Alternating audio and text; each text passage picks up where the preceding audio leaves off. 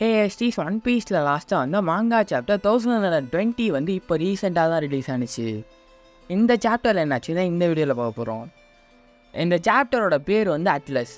எதுக்குடா அந்த சாப்டருக்கு வந்து அட்லஸ்னு பேர் வச்சுருக்காங்கன்னு பார்த்தீங்கன்னா, அந்த சாப்டரோட கடைசியில் வந்து அட்லஸோட ஒரு சாக்ரிஃபைஸ் ஒன்று இருக்குது. சரி, வீடியோக்குள்ளே போயிடலாமா?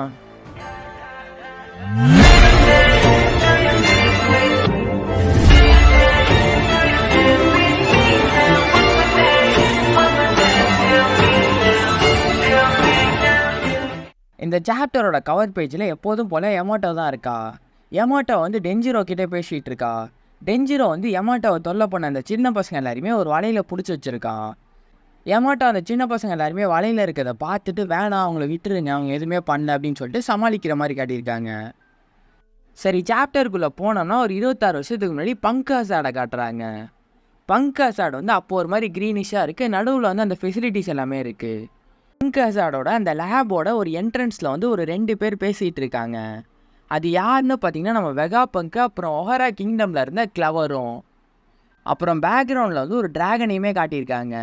மோஸ்ட்லி அந்த ட்ராகன் வந்து மேன்மேடாக தான் இருக்கணும்.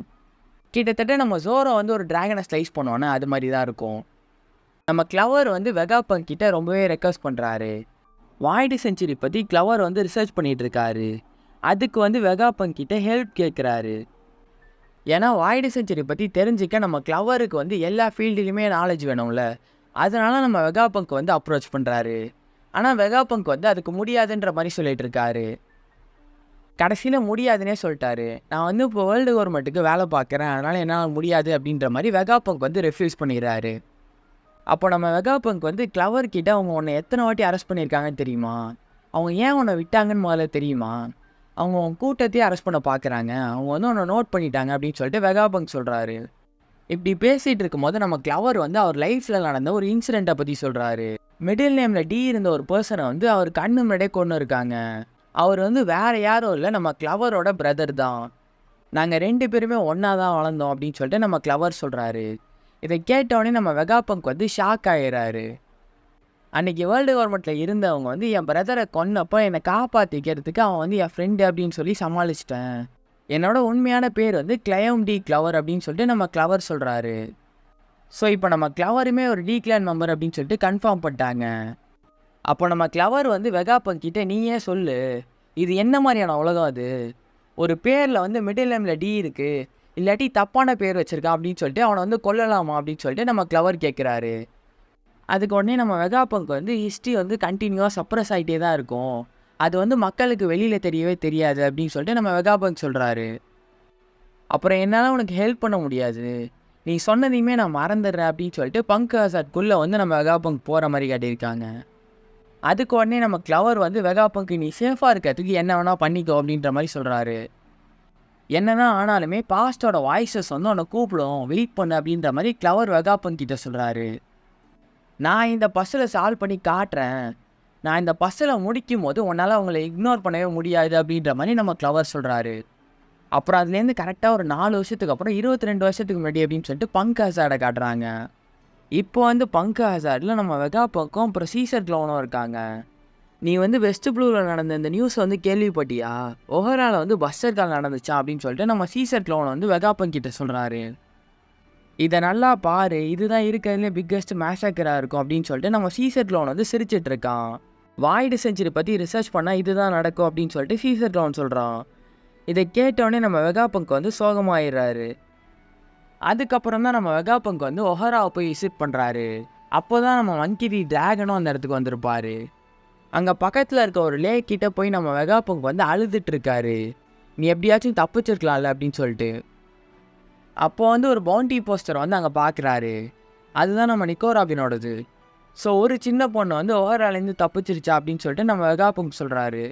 வெகா பங்க் வந்து இங்கே இருக்கிற புக்ஸ் எல்லாத்தையுமே சேவ் பண்ணுறதுக்காக தான் இது எல்லாத்தையுமே நீ பண்ணியா, உன் ரிசர்ச்க்காக உன் லைஃப்பை வந்து ரிஸ்க் பண்ணிட்டியே அப்படின்னு சொல்லிட்டு நம்ம வெகா பங்க் வந்து ஃபீல் பண்ணிகிட்ருக்காரு. என்கிட்ட ஒரு காலத்தில் வந்து வாய்ஸஸ் ஆஃப் பாஸ்ட் வந்து உன்னை கூப்பிடும் அப்படின்னு சொல்லிட்டு ஒருத்தர் சொன்னார் அப்படின்னு சொல்லிட்டு நம்ம வெகா பங்க் சொல்கிறாரு. அப்படியே ப்ரெசண்ட்டுக்கு வந்து ப்ரெசண்ட்டில் ஒரு சில கேரக்டர்ஸை காட்டுறாங்க. பராட்டியில் வந்து நம்ம ஜெஃப்பும் பேட்டியும் இந்த மெசேஜை வந்து கேட்குற மாதிரி காட்டியிருக்காங்க. அப்புறம் டக்கீலா உல்ஃபையுமே காட்டியிருக்காங்க. நம்ம கூமா வந்து நிக்கோ ராபினை டிரான்ஸ்போர்ட் பண்ண பிளேஸ் தான் டக்கீலா உல்ஃபு. அங்கே இருக்கிற காடை தான் காட்டுறாங்க. அப்புறம் லாஸ்ட்டாக நிக்கோராபினை காட்டுறாங்க. நிக்கோராபினுமே ஃபேஸில் கை வச்சு அழுதுட்டு இருக்கா. இந்த சாப்டர் வந்து ஒரு 19 பேஜுக்கிட்ட இருக்குது. நான் எப்போதும் பண்ணுற ஃபார்மேட்டில் வந்து இந்த வீடியோவை பண்ணல. இது வந்து ஒரு எக்ஸ்பெரிமெண்டலாக தான் ட்ரை பண்ணி பார்த்தேன். ஆனால் டியூரேஷன் வந்து ரொம்பவே எடுக்குது. அதனால் இதுக்கப்புறம் வரதை வந்து ஷார்ட்டாக சொல்லிடுறேன். ஷார்ட்டானா ரொம்ப டெப்த்தாக இல்லாமல் ஒரு மாதிரி மாட்ரேட்டாக சொல்லிடுறேன்றேன். அப்படியே கட் பண்ணால் லேபோ ஃபேஸ் கிட்டே நம்ம ஜோரோ ஜிம்பே எல்லாருமே 1000 சனியில் இருக்காங்க. நம்ம நஸ்டிரோ வந்து ஏரில் ப்ளோன் ஆகிட்டாரு. ஆனால் அவர் திரும்ப வந்துட்டுருக்காரு. அப்போ லிலித் வந்து நஸ்டிரோ வந்து மிட் ஏரில் அட்டாக் பண்ணாதான் ஷிப்பால் வந்து சீயை ரீச் பண்ண முடியாது அப்படின்றா. அப்போ வந்து நம்ம அட்லஸ் வந்து ஒரு என்ட்ரியை கொடுத்து லிலித்தை வந்து ஒரு பஞ்ச் பண்ணுறா. பஞ்ச் பண்ணி அவள் தலையில் வந்து ஏதோ ஒரு ஸ்விட்சை வந்து ஆஃப் பண்ணுற மாதிரி காட்டியிருக்காங்க. லிலித்தை வந்து ஃபுல்லாக அன்கான்ஷியஸ் ஆக்கி 1000 சனியில் வந்து தூக்கி போட்டுடுறா. இதை யாருக்கு வந்து நோட்டீஸ் பண்ணிவிட்டு லிலித்தோட சிக்னலுமே போயிடுச்சு. இப்போ மிச்சம் இருக்கிறது வந்து அட்லஸ் மட்டும்தான் அப்படின்றா. இதுக்கு நடுவில் நம்ம அட்லஸ் வந்து லிலித்தை பார்த்துக்கோங்க நல்லபடியா அப்படின்னு சொல்லிட்டு நாமி அப்புறம் மிச்சம் இருக்கிறவங்கள்ட்டலாம் சொல்கிறா. அதுக்கப்புறம் அட்லஸ் வந்து நான் வந்து அவங்க அப்டாக்கில் வந்து எலிமினேட் பண்ணுறேன் அப்படின்னு சொல்லிட்டு பறக்கிறா. பறந்து போய் நஸ்டிரோ வந்து கிராப் பண்ணிடுறா. அப்போது வந்து அட்லஸோட ஒரு கையை வந்து நம்ம நஸ்டிரோ வெட்டிடுறாரு. அப்படி இருந்தாலுமே அவள் விடாமல் பிடிச்சிட்ருக்கா. அப்போ வந்து அட்லஸ் வந்து அவரோட டோம் ஷூஸையும் ஜெட் பேக்கையும் யூஸ் பண்ணி நஸ்டிரோ வந்து ஃபுல்லாக புஷ் பண்ணுறா. அந்த கேப்பில் வந்து 1000 சனியில் வந்து பறந்து கூப் டி பர்ஸ்ட் யூஸ் பண்ணி டேக் ஆஃப் ஆகிடுறாங்க. அப்படியே கட் பண்ணி எக்கெட்டோட ஷோரில் ஜெயின் ஷிப்பு கிட்டே காட்டுறாங்க. அங்கே வந்து நம்ம ஜெயின் ரோபோட் யமத் வந்து லூஃபி கிட்டே பேசிகிட்டு இருக்கு. அந்த ஏன்ஷியன்ட் ரோபோட் வந்து ரொம்பவே எக்ஸைட்டடாக இருக்குது. உங்களை திரும்ப பார்த்ததில் ரொம்ப சந்தோஷம் ஜாய் பாய் அப்படின்னு சொல்லிட்டு அது சொல்லுது. இந்த இடத்துல வந்து நம்ம லூஃபி வந்து சுற்றி பார்த்து யாரோட வாய்ஸ் அது அப்படின்னு சொல்லிட்டு முழிப்பான். அது வந்து ஒரு மாதிரி ஃபன்னியாக இருக்கும். அதுக்கப்புறம் நம்ம யமத்தை வந்து நல்ல வேலை நான் முன்னாடி இருந்த மாதிரியே திரும்ப வந்துட்டேன், உங்கள் எனிமி தான் என்னோட எனிமி அப்படின்னு சொல்லிட்டு அது சொல்லுது. 900 வருஷத்துக்கு முன்னாடி ஒன் சைடடாக போன அந்த பேட்டில் வந்து நான் பிளைண்டாக ஃபூலிஷாக நம்பியிருக்கேன் அப்படின்ற மாதிரி அது சொல்லுது. அதுக்கப்புறம் யமத் வந்து திரும்ப என்னால் உங்களுக்காக ஃபைட் பண்ண முடியும் ஜாய் பாய் அப்படின்னு சொல்லிட்டு அது சொல்லுது. அதுக்கப்புறம் நம்ம லூஃபி வந்து உன்னால் பேசக்கூட முடியுமா அப்படின்னு சொல்லிட்டு ஆச்சரியமாக பார்ப்பான். அப்போ வந்து 5 எல்டர்ஸில் வீனஸும் மார்ஸும் அந்த இடத்துக்கு வந்துடுவாங்க. 2 பேருமே ஏன்ஷியன்ட் ரோபோட்டை வந்து கான்ஃபரன்ட் பண்ணி நிற்பாங்க. ஜெயின்ஸில் டோரி ப்ரோகி 2 பேருமே ஸ்டார்ட் அதுவும் ஃப்ரெண்டா அப்படின்னு சொல்லிட்டு ஏன்ஷியன்ட் ரோபோட் பற்றி கேட்பாங்க. அதுக்கு நம்ம லூஃபி வந்து அது ஜாய் பாய்னு யாரையோ ப்ரொடக்ட் பண்ணணும்னு சொல்லிட்டு இருந்துச்சு, அது யாருனே தெரில அப்படின்ற மாதிரி சொல்லிவிடுவான். என்ன அது பேசுனுச்சா, எதுவுமே கேட்கல அப்படின்னு சொல்லிட்டு அங்கே இருக்கிற ஜெயின் சொல்லுவாங்க. சைட் பை சைடில் வைஸ் அட்மிரல் ப்ளூ கிராஸ் வந்து ஜெயின் ஷிப்பை வந்து அட்டாக் பண்ணுறதுக்கு ஆர்டர் கொடுப்பா. ஜூபிட்டர் வந்து அந்த வார்ம் ஃபார்மில் வந்து யமத் அட்டாக் பண்ணுறதுக்கு வருவார். அப்போ யமத் வந்து அதோட லெஃப்ட் ஹேண்ட் யூஸ் பண்ணி ஏதோ ஒரு அட்டாக் யூஸ் பண்ண வரும்.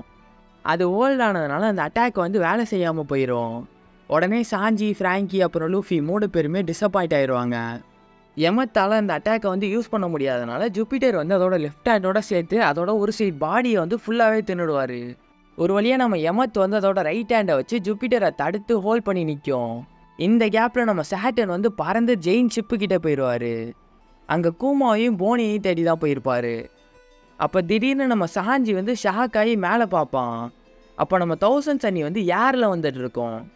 அதுக்கப்புறம் நம்ம நஸ்டிரோ வந்து அட்லஸை ஸ்லாஷ் பண்ணிவிடுவார். நீ வந்து உன்னை சாக்ரிஃபைஸ் பண்ணுறியா அப்படின்னு சொல்லிட்டு அவர் கேட்பார். இல்லை, நான் வந்து அவங்களுக்கு ஒரு கை தான் கொடுத்தேன் அப்படின்ற மாதிரி அவள் சிரிச்சுட்டே சொல்லுவாள்.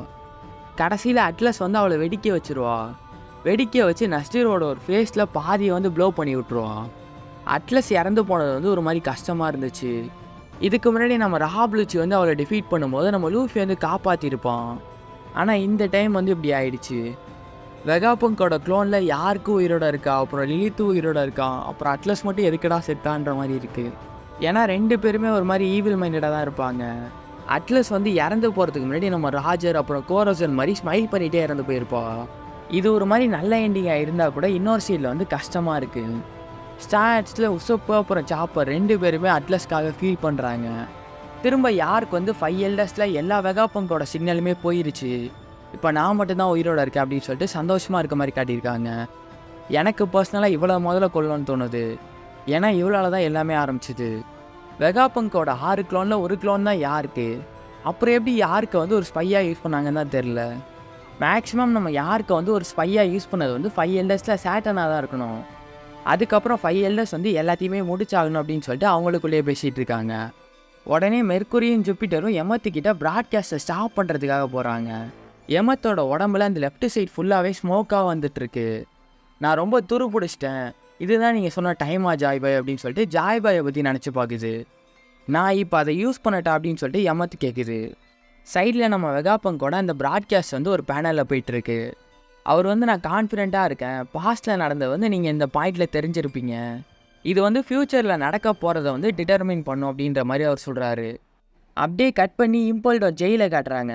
இதுதான் அந்த சாப்டரோட ஃபைனல் பேனல். அங்கே இருக்கிற பிரிசனர்ஸ் வந்து வெகாபங்கோட அந்த மெசேஜோட கடைசி பார்ட்டை கேட்டு சர்ப்ரைஸ் ஆயிடுறாங்க. வெகாபங்க் வந்து கோல் டீனா சொன்னார் அப்படின்னு சொல்லிட்டு ஷாக் ஆகிற மாதிரி முடிச்சிருக்காங்க. அடுத்த வீக்குமே பிரேக் கிடையாது. இந்த சாப்டரில் வந்து ஏகப்பட்ட சீரீஸ் ஆஃப் ஈவெண்ட்ஸ் இருந்தாலுமே மெயின் ஃபோக்கஸ்டாக காட்டுறது வந்து அட்லஸை தான். இந்த சாப்டரில் எனக்கு வந்து அட்லஸோட டெத்து தான் ரொம்பவே அஃபெக்டடாக இருந்துச்சு. அப்புறம் எமத்தோட அந்த ஜெயிண்ட் பாடியில் பாதி வந்து போயிருக்க வேணாம் அப்படின்னு ஃபீல் ஆனிச்சு. பார்க்கலாம், அடுத்த பேனலில் வந்து நம்ம எமத் வந்து ஏதோ ஒரு மேசிவான பவர் வந்து யூஸ் பண்ணணும்னு நினைக்கிறேன். ஏன்னா நம்ம ஸ்டார்ஸ் வந்து இன்னுமே எக்கேட்டை விட்டு ஃபுல்லாக தப்பிக்கலன்னு தான் சொல்லணும். எந்த டைமில் வேணால் அவங்க கிட்ட வந்து காலி பண்ணுறதுக்கு நிறையவே சான்ஸ் இருக்குது. ஸோ அவங்கள தடுக்கிறதுக்கு இல்லை தப்பிக்கிறதுக்கு ஏதாச்சும் ஒரு பவர் வேணும். 5 எல்டர்ஸுமே இருக்கிறதுனால மேசிவாகவே தேவைப்படும். இந்த இடத்துல தான் நம்ம சாபம் வந்து எனக்கு தெய்வம் மாதிரி தெரியுறான். ஏன்னா எக்கேட்டுக்கு 5 எல்டர்ஸ் வந்ததுக்கப்புறம் அந்த மாங்காய் வந்து அவ்வளோ இழுத்துட்டு போயிருக்கு. தப்பிக்கிறதுக்கு சான்ஸே இல்லைன்ற மாதிரி தான் இருந்துச்சு. இப்போ தான் ஏதோ வழி பிறந்திருக்கு. 5 எல்டர்ஸை நம்ம லூஃபியோட கியர் 5 ஃபார்மால் கூட எதுவுமே பண்ண முடியல. அதுக்கப்புறம் நம்ம போனியையுமே நிக்கா ஃபார்மில் இறக்கி விட்ருப்பாங்க. அது எதுக்குடான்ற மாதிரி தான் இருந்துச்சு. அதனால் எந்த பயனுமே இல்லை. நிறைய பேர் வந்து அதுக்கு டிசப்பாயிண்ட் தான் ஆனாங்க. ஒரு மாதிரி இந்த ஆர்க்கு ஃபுல்லாகவே 5 எல்டர்ஸை வந்து எதுவுமே பண்ண முடியலன்னு தான் சொல்லணும். அவங்க சைடில் ஒரு குறைன்னு பார்த்தீங்கன்னா வெகாபங்கோட அந்த மெசேஜை வந்து நிறுத்தலை. மற்றபடி அன்ஸ்டாப்பபுளாக இருந்திருக்காங்க. ஆனால் நம்ம சாபம் வந்து 5 எல்டர்ஸ் ப்ளஸ் ஈமோயுமே சேர்த்து மரிஜாயை விட்டு தப்பிச்சு வந்திருக்கான். He is massive, seriously something else. எனக்கு இப்போ தோன்ற கோட் என்னன்னு பார்த்தீங்கன்னா, big brother is always a bigger monster. அப்புறம் நம்ம சாபோவை ட்ரெயின் பண்ணது வந்து மங்கி டி டிராகன். அவனோட ஃப்ளேம் ஃப்ரூட்டை மட்டும் வச்சு 5 எல்டர்ஸ் ப்ளஸ் ஈமோ 6 பேரையுமே சேர்த்து டேக்கிள் பண்ணி மரிஜாயை விட்டு வந்திருக்கான். நான் வந்து ஷாங்க்ஸ் வர்சஸ் கிட் ஃபைட்டுக்கு அப்புறம் இதுக்காக தான் வெயிட் பண்ணுறேன் அதிகமாக. ஏன்னா ஆப்வியஸ்லி கார்ப் வர்சஸ் குசான் ஃபைட் வந்து ஒரு மாதிரி எமோஷனலாக தான் இருக்க போகுது. இந்த ஃபைட் வந்து ஒரு மாதிரி சம்திங் எல்ஸ். ஃபைட்டுன்னு இல்லை, இந்த ஒரு ஈவெண்ட்டுக்காக. இதில் வந்து ஈமோட அந்த ஜெய்ஜாண்டிக் ஃபார்மை கூட ரிவீல் ஆகும். Sabo versus 5 elders plus Imu. நீங்கள் யாராச்சும் இந்த பேட்டிலுக்காக வெயிட் பண்ணுறீங்கன்னா கமெண்ட்டில் சொல்லுங்கள். நெக்ஸ்ட் இந்த மாதிரி இன்னொரு வீடியோவில் பார்க்கலாம். Signing off by still Tamil.